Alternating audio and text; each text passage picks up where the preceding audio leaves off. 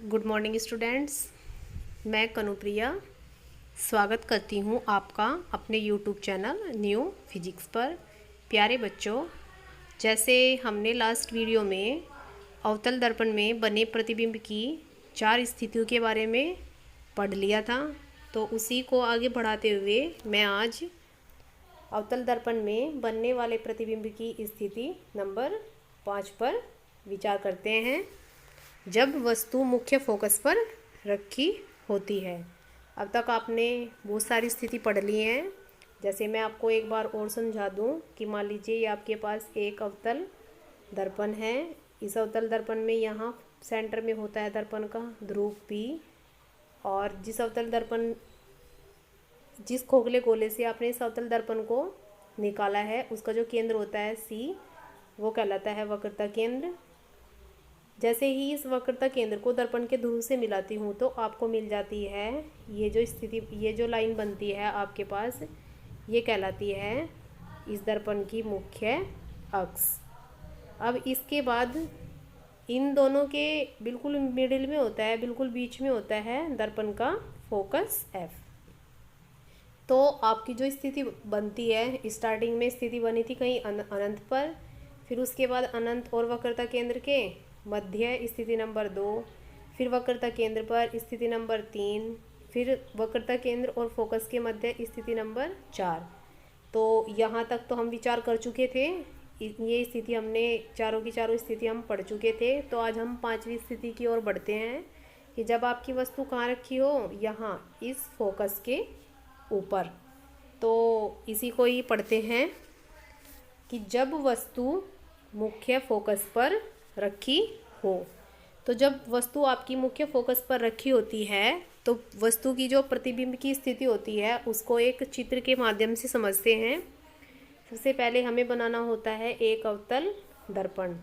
अवतल दर्पण में सभी को पता है कांच के खोखले गोले का वो भाग जिस पर बाहर की साइड क्या होता है, पेंट हुआ होता है, या फिर आप ऐसे भी मान सकते हो कि इसका अंदर का भाग जो होता है वो दबा हुआ होता है और बाहर की साइड क्या होता है, थोड़ा सा ये जो अंदर का हिस्सा होता है, ये उठा हुआ होता है, और किनारों तक आते आते ये हिस्सा क्या होता है, ये दबा हुआ हिस्सा होता है। तो अब आपको क्या करना होगा, इस पर मुख्य अक्ष बनानी होती है एक। ये मैंने मुख्य अक्ष बना के दिखा दी है। इस मुख्य अक्ष पर ही आपको डिनोट करना होता है दर्पण का ध्रुव। ये दर्पण का ध्रुव यहाँ P है, यहाँ होगा फोकस F और यहाँ होता है वक्रता केंद्र C। अब आपको वस्तु दिखानी है कि आपकी वस्तु यहाँ रखी हुई है, कहीं पर, फोकस पर। ठीक है, तो सबसे पहले हम वही करते हैं जो लास्ट 4 स्थिति में हमने किया है कि सबसे पहले अगर मैं इस वस्तु का नाम दे दूँ, वस्तु का नाम मैंने दे दिया है AB।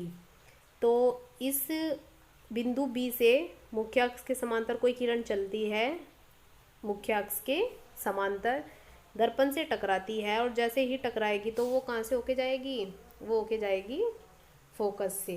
ये ऐसे फोकस से होके चली गई है। उसके बाद चूँकि अब हमारे पास जो वक्रता केंद्र है वो पीछे की साइड है, न कि आगे की साइड है। तो जो दूसरी किरण होती है हमारी, वो क्या होती है, मुख्य अक्ष के समांतर। एक किरण तो मुख्य अक्ष के समांतर चली गई है, तो जो दूसरी किरण आएगी वो वक्रता केंद्र से होकर तो जाती है। आप क्या दिखाओगे फिर, वक्रता केंद्र, और कुछ इस टाइप से आपको डायग्राम बनाना होता है कि वक्रता केंद्र से होके जाए और बिल्कुल अभिलंबवत पड़े वो दर्पण के ऊपर। तो ये कुछ ऐसे वक्रता केंद्र से होके जा रही है। तो देखिए ये आई और वक्रता केंद्र से ही होकर वापस चली गई। तो आप इन रेज को जितना तो चाहे आगे बढ़ा लो उधर की साइड स्केल से, या फिर आगे की साइड इधर बढ़ा लो, तो हमेशा ही एक दूसरे की क्या होती है, ऐसे समांतर होती है। और अगर मैं समांतर किरणों को बढ़ाती चली जाऊं तो ये कहीं पर भी नहीं मिलेगी, और हम मानते हैं कि हमारा जो प्रतिबिंब मिलता है वो हमें कहाँ मिलता है, वो हमें अनंत पर मिलता है। तो यहाँ से भी 2 स्थिति एक दूसरे के विपरीत होती है कि जब आपकी वस्तु अनंत पर रखी होती है तो आपको प्रतिबिंब मिलता है यहाँ फोकस पर, और जब आपकी वस्तु फोकस पर होती है तो आपको प्रतिबिंब मिलता है अनंत पर। तो ये डायग्राम तो मैंने आगे बनाया हुआ है, इसकी थ्योरी को पढ़ लेते हैं। देखिए, जब वस्तु मुख्य फोकस F पर रखी हो। जब वस्तु ए बी, वस्तु का नाम देना है ए बी, वो मुख्य फोकस पर रखी है, तो बिंदु बी से सबसे पहले कैसे चलेगी? मुख्य अक्ष के समांतर चलने वाली प्रकाश किरण परावर्तन के पश्चात मुख्य फोकस से होकर जाती है, जो आपका गोले दर्पण में प्रतिबिंब बनाने का प्रथम नियम था कि मुख्य अक्ष के समांतर कोई भी किरण चलती है तो वो परावर्तन के पश्चात हमेशा मुख्य फोकस से होकर जाती है। इसी बिंदु बी से चलने वाली जो दूसरी किरण होती है आपके पास, वो जाएगी वक्रता केंद्र से होकर जाती है, जो दर्पण से परावर्तित होकर उसी मार्ग पर ही क्या होती है? लौट जाती है। जिस मार्ग से आई उसी मार्ग को ही वापस चली गई। ये नियम था आपका नियम नंबर 3। वक्रता केंद्र से ही आई और वक्रता केंद्र से ही वापस चली गई। अब थोड़ा और आगे चलते हैं। ये दोनों परावर्तित किरणें समांतर होने के कारण हमें प्रतिबिंब कहाँ मिलता है? अनंत पर। चूंकि जो हमारे पास हमें पता है ये समांतर किरणें आई, ये कहीं भी क्या होंगी? कहीं भी प्रतिच्छेद नहीं करेंगी, तो हमें कहाँ मिलेगा प्रतिबिंब? हम मानते हैं कि हमें हमारा प्रतिबिंब मिलता है अनंत पर। तो इसके बाद हमें इम्पोर्टेंट फैक्ट के तरीके से याद रखना है। इसे हमें याद रखना होता है बहुत ही ज़्यादा महत्वपूर्ण तथ्य के तरीके से कि हमारा जो प्रतिबिंब है वो कहाँ पर बना है, उसकी स्थिति कैसी है। तो वो पढ़ते हैं कि हमारा जो प्रतिबिंब है वो कहाँ बना है, उसकी स्थिति कैसी है। इस प्रकार ए बी का जो प्रतिबिंब बनता है वो अनंत पर बनता है, वास्तविक बनेगा, उल्टा बनेगा और वस्तु से कैसा बनेगा?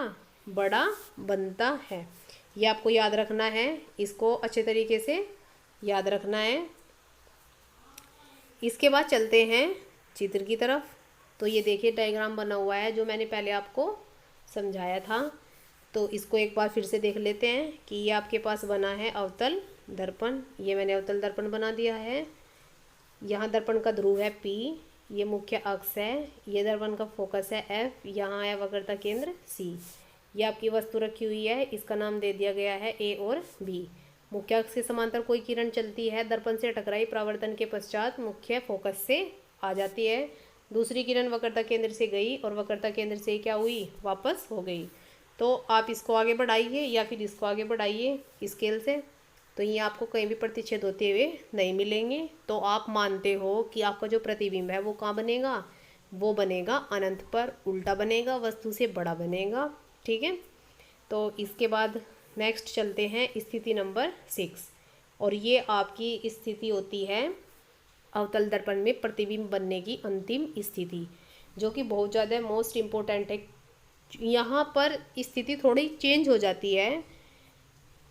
इस कंडीशन में अब तक तो आपके सारे प्रतिबिंब मिल रहे थे आपको दर्पण के उसी ओर जिस ओर आपकी वस्तु रखी हुई थी, उल्टे मिल रहे थे। लेकिन यहाँ स्थिति में, इस स्थिति में थोड़ा सा चेंज होता है। उस चेंज को देखते हैं क्या होता है। देखिए, जब वस्तु ध्रुव तथा फोकस के बीच रखी हो, कि जो आपका दर्पण का ध्रुव है और जो दर्पण का फोकस है उन दोनों के मध्य रखी हो आपकी वस्तु। तो देखिए इसमें क्या आता है, एक अवतल दर्पण बनाते हैं। ये अवतल दर्पण बना लिया है। अवतल दर्पण बनाने के बाद हमें इसमें दिखाना होता है दर्पण का ध्रुव P, मुख्य अक्ष फोकस F और वक्रता केंद्र C। जैसे आपने हेडिंग डाला है उसी के अकॉर्डिंग आप अपनी वस्तु को रख दीजिए।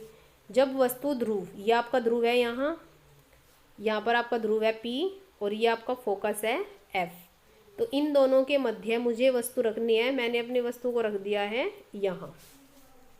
वस्तु का नाम वही रखते हैं कि मैंने वस्तु का नाम रख दिया है A और B। अब अपना नियम लगाते हैं। फर्स्ट लॉ तो लग जाएगा वही सेम गोले दर्पण में प्रतिबिंब बनाने का, कि आपकी जो वस्तु है वो मुख्य B से चलने वाली जो प्रकाश किरण है मुख्य अक्ष की कैसे चलेगी? समांतर। और समांतर जाने के बाद जैसे ही दर्पण से टकराएगी तो वो होके जाएगी कहाँ से? फोकस से।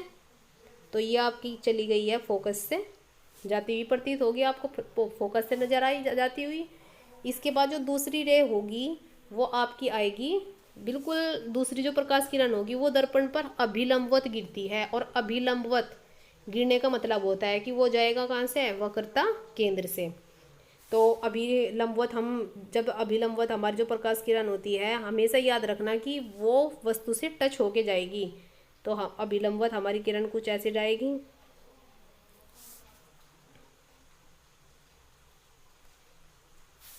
अभिलंबवत हमारी किरण जाएगी कुछ इस तरीके से। थोड़ा और इसको नीचे से नीचे करके देख लेना, क्योंकि हमारी वस्तु को टच करते हुए जाना है उसे। तो हमारे पास कुछ ऐसी स्थिति आ जाएगी जैसी मैंने बनाई है। अब चूंकि देखिए, यहाँ से जैसे ही मैं यहाँ से देखना स्टार्ट करती हूँ, तो आपकी जो वस्तु की दोनों किरणों के बीच की जो डिस्टेंस है वो बढ़ती जा रही है। देखिए, ये जो रास्ता है कुछ ऐसा बना हुआ है, ऐसे ऐसा कि आपको स्टार्टिंग में थोड़ी कम डिस्टेंस है, फिर और ज़्यादा है और फिर और ज़्यादा है। तो देखने से लगता है कि आपकी जो रे होगी वो इधर तो क्या होगी, फैल जाएगी।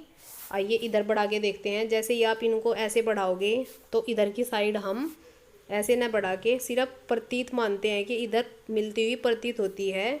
तो आप इन किरणों को इधर जाके कुछ ऐसे बढ़ाओगे और आपको यहाँ ये जो किरण है यहाँ मिलती हुई प्रतीत होगी। तो यहाँ से ये जो बिंदु होगा, इस परावर्तित किरणों का प्रतिच्छेदन बिंदु होगा, वो आपकी बिंदु बी का प्रतिबिंब होता है बी डैश। और इससे आप क्या डाल देना, लंब डाल देना मुख्य अक्ष पर। तो ये ए डैश और बी डैश आपको इस वस्तु का संपूर्ण प्रतिबिंब मिल जाएगा।